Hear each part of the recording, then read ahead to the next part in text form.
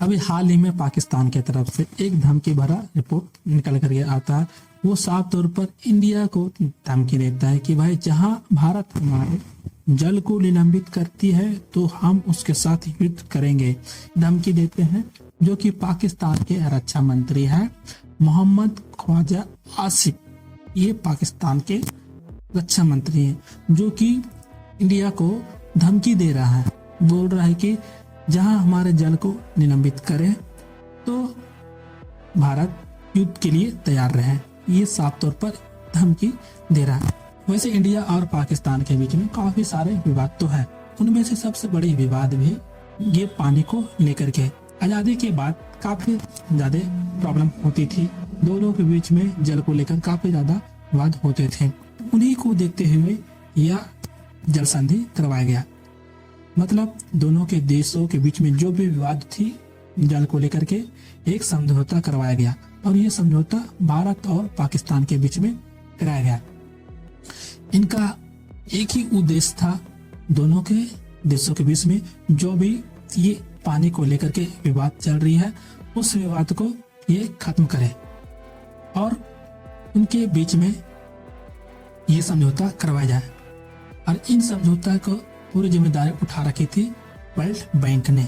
वैसे यह समझौता 19 सितंबर 1960 में कराई गई थी और इस समझौते में शामिल थे भारत के उस समय प्रधानमंत्री थे नेहरू जी, वहीं पाकिस्तान के राष्ट्रपति थे उस समय मोहम्मद अयूब खान, और दोनों के बीच में यह संधि करवाई गई और ये संधि वर्ल्ड बैंक के मध्यस्थता में करवाई गई थी।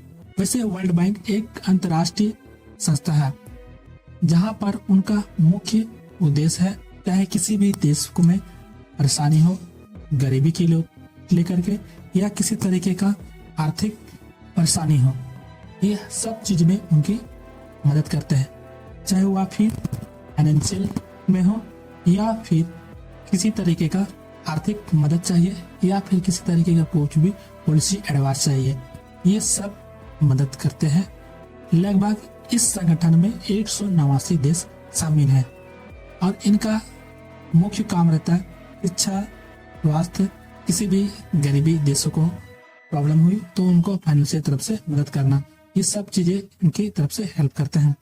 वैसे जो इंडिया और पाकिस्तान के बीच में जो जल के लेकर के संधि कराई गई थी इन्हीं की मध्यस्थता में कराई गई थी।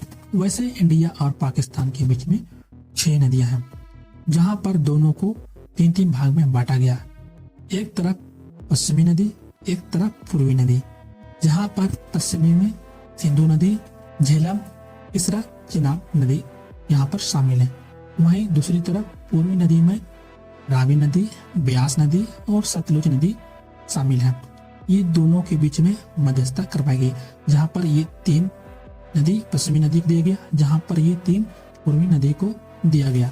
जहाँ पे भारत को मिली पूर्वी नदी और पूर्वी नदी में शामिल थे रावी नदी, ब्यास नदी, सतलुज नदी, ये भारत को दिया गया जो कि उनका यूज भारत करता है, चाहे वह फिर सिंचाई के लिए, कृषि क्षेत्र के लिए किया जाता है या फिर बिजली बनाने के लिए, पेयजल आपूर्ति के लिए, ये सभी कामों के लिए। उनमें से फिर पाकिस्तान को भी 3 नदियां दी गई।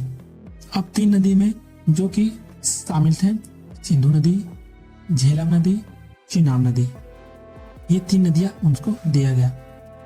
वहीं पे पाकिस्तान भी इनका यूज काफी अच्छे से करता है, चाहे वह फिर सिंचाई में, बिजली उत्पादन में, घरेलू उपयोग, पीने योग्य में इसका यूज करते रहता है।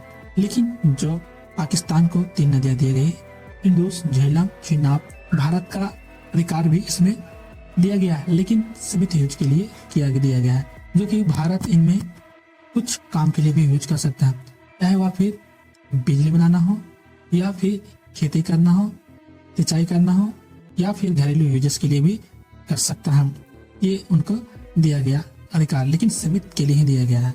इसी नदियों को जब बांटा गया ताकि दोनों के बीच में विवाद ना हो, लेकिन अभी हाल ही में देखा गया कि विवादित, फिर इसी को देखते हुए भारत ने जो जल संधि थी उसको निलंबित कर दी गई और उसमें से ही पाकिस्तान बौखला उठा और बोला भारत हमारे नदियों को निलंबित करता है तो हमारे साथ उसको युद्ध करना पड़ेगा।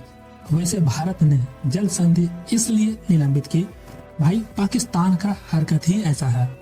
याद होगा अप्रैल 2025 में, जहां पे जम्मू कश्मीर के पहलगाम में लोग घूमने गए थे और वहां पे उनके साथ धर्म पूछ करके मारा जा रहा था, जो कि 26 लोग उस टाइम मारे गए थे।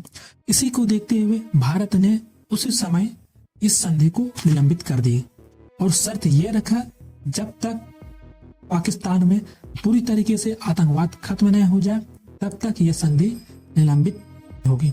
वैसे सिंधु नदी भारत, पाकिस्तान, चीन, अफगानिस्तान के बीच में है, जो कि सिर्फ संधि भारत और पाकिस्तान के बीच में करवाया गया था। लेकिन अभी की स्थिति देखा जाए, उससे पाकिस्तान को काफी ज्यादा संकट देखने को मिल रही है जल को लेकर के ही, जिससे काफी प्रभावित भी हो रहा। पीने के लिए पानी नहीं मिल पा रहा।